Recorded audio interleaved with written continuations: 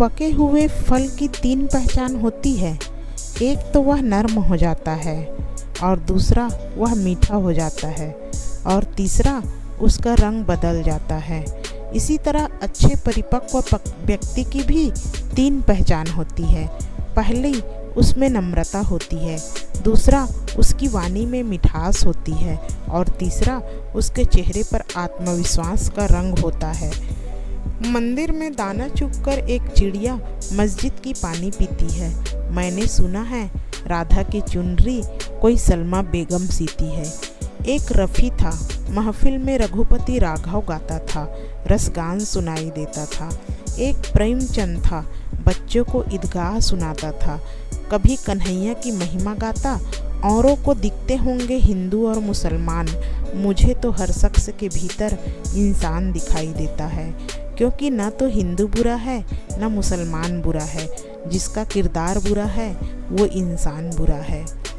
शिक्षित होने के साथ साथ आज के युवाओं को संस्कारित होना बहुत आवश्यक है।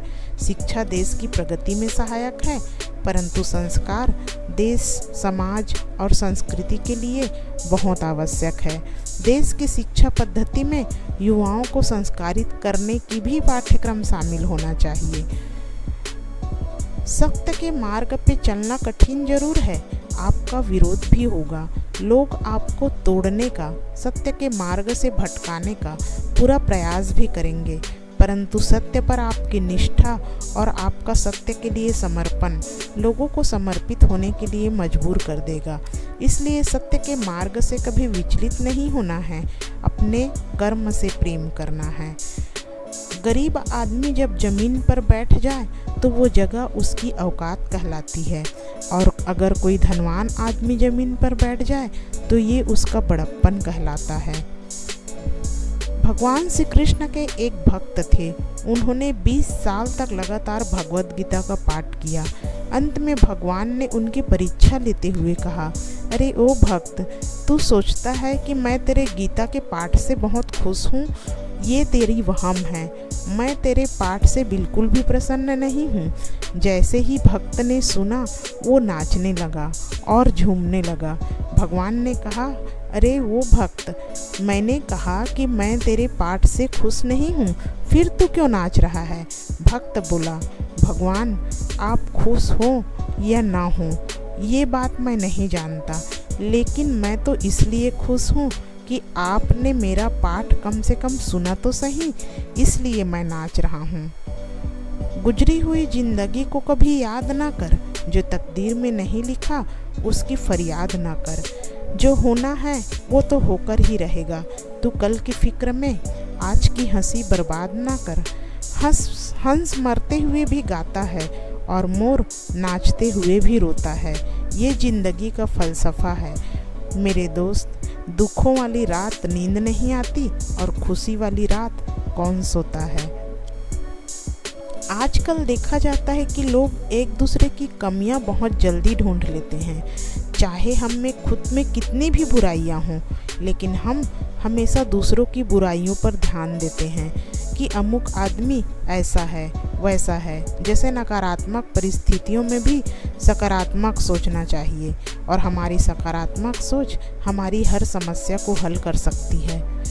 अगर आपस की गलतफहमियों को दूर न किया जाए तो दूरियां बढ़ती ही जाती है। जिन रिश्तों को आप खोना नहीं चाहते, उन रिश्तों में जब भी गलतफहमी हो तो उसे तुरंत दूर कर लेनी चाहिए।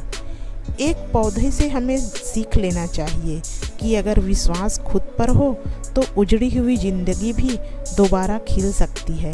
जैसे एक पौधे को काट देने के बाद भी अगर उसे की जड़ें हैं तो फिर वह फिर से उग जाती है। किसी के कहने से यदि अच्छा या बुरा होने लगे तो संसार या तो स्वर्ग बन जाए या पूरी तरीके से नर्क बन जाए। इसलिए यह ध्यान मत दो कि कौन क्या कहता है, बस वो करो जो अच्छा है और सच्चा है। कुछ लोगों को कितना भी अपना बनाने की कोशिश करिए, वो साबित कर देते हैं कि वो गैर हैं। कुदरत का एक उसूल है, जो बांटोगे वही तुम्हारे पास बेहिसाब होगा, फिर चाहे वो दौलत हो, इज्जत हो या फिर नफरत या मोहब्बत। एक बार अर्जुन ने श्री कृष्ण से कहा, हे भगवान, इस दीवार पर कुछ ऐसा लिखो कि खुशी से पढ़ूं तो दुख हो और दुख में पढ़ूं तो खुशी हो। प्रभु ने लिखा, ये वक्त गुजर जाएगा। जिस मनुष्य के हृदय में सच्ची मानवता हो, उसकी सोच हमेशा यही होगी कि मुझे मिला हुआ दुख किसी और को ना मिले और मुझे मिला हुआ सुख सबको मिले। जीवन मिलना भाग्य की बात होती है, मृत्यु पाना समय की बात होती है। मरने के बाद भी लोगों को दिलों में रहना, ये सिर्फ कर्मों की बात होती है। इंसान की समझ सिर्फ इतनी है कि जानवर कहो तो गुस्सा हो जाता है और शेर कहो तो खुश हो जाता है। एक उम्र होती है जब सिर्फ रूप रंग महत्वपूर्ण होता है और एक उम्र होता है जब विचार महत्वपूर्ण होते हैं और एक उम्र के बाद सिर्फ एक दूसरे का साथ महत्वपूर्ण होता है। झूठ इसलिए जीत जाता है क्योंकि सच का साथ देने की औकात सबकी नहीं होती। दौलत कितनी भी बेईमानी से आए, उसकी रखवाली करने के लिए एक ईमानदार शख्स की ही ज़रूरत होती है। गरीब बांट लेते हैं ईमानदारी से अपना हिस्सा। अमीरी अक्सर इंसान को बेईमान बना देती है। किसी को बेहद चाहने से मोहब्बत नहीं मिला करती। आज की मोहब्बत के लिए बैंक बैलेंस होना बहुत ज़रूरी है। सफाई देने में और बात को स्पष्ट करने में अपना कीमती समय बर्बाद ना करें, क्योंकि लोग वही सुनते हैं जो वो सुनना चाहते हैं। अगर तुम अपने रहस्य अपने शत्रु से बचाना चाहते हो तो अपने मित्र से भी उसकी चर्चा ना करो। यदि आपका कोई दुश्मन नहीं है तो इसका अर्थ है कि आप उन जगहों पर भी खामोश रहें जहां बोलना जरूरी था। बिना मतलब के कोई भी आपको इज्जत नहीं देता, इसलिए खुद को इतना सफल बनाओ कि बिना मतलब के भी लोग आपकी इज्जत करें। अकेले रहने की हिम्मत करिए, तभी आपको $1,000,000 पर विचार मिलते हैं। लफ्ज़ ही होते हैं इंसान का आईना। शक्ल का क्या है, वो तो उम्र और हालात के साथ बदल जाते हैं। पछतावा अपना अतीत नहीं बदल सकता और चिंता भविष्य नहीं संवार सकती। इसलिए वर्तमान का आनंद लेना ही जीवन का सच्चा सुख है। जिसके साथ बात करने से ही खुशी दोगुनी होती है और दुख आधा हो जाता है, वो ही अपना है, बाकी तो बस दुनिया ही है। परिवार हो या संगठन, सब में सफलता का राज है एक दूसरे के विचारों को सुनना और सम्मान देना। 2 तथ्य हमारे व्यक्तित्व को परिभाषित करते हैं। एक हमारा धीरज जब हमारे पास कुछ न हो, दूसरा हमारा व्यवहार जब हमारे पास सब कुछ हो।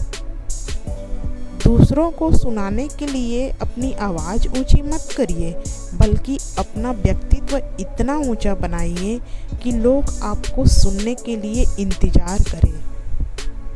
जीवन में सुख साधन से संपन्न व्यक्ति भाग्यशाली होते हैं, लेकिन परम सौभाग्यशाली वे होते हैं जिनके पास भोजन के साथ साथ भूख भी हो, बिस्तर के साथ साथ नींद भी हो, धन के साथ साथ धर्म भी हो और विशिष्टता के साथ साथ शिष्टता भी हो। जिस प्रकार आकाश से गिरा हुआ जल किसी न किसी रास्ते से समुद्र में पहुंच ही जाता है, उसी प्रकार निस्वार्थ भाव से की गई किसी की सेवा और भगवान की प्रार्थना किसी न किसी रास्ते से उस ईश्वर तक पहुंच ही जाती है। आज जहां आप हैं, वहां आपके विचार आपको ले आए हैं। आप कल वहां होंगे जहां आपके विचार आपको ले जाएंगे। स्वाद और विवाद को छोड़ देना चाहिए। स्वाद छोड़िए तो शरीर को फ़ायदा होता है और विचार को छोड़ दें तो संबंध को फ़ायदा होता है। कौन क्या कर रहा है, कैसे कर रहा है, क्यों कर रहा है, इन सब से आप जितना दूर रहेंगे उतना ही ज़्यादा खुश रहेंगे।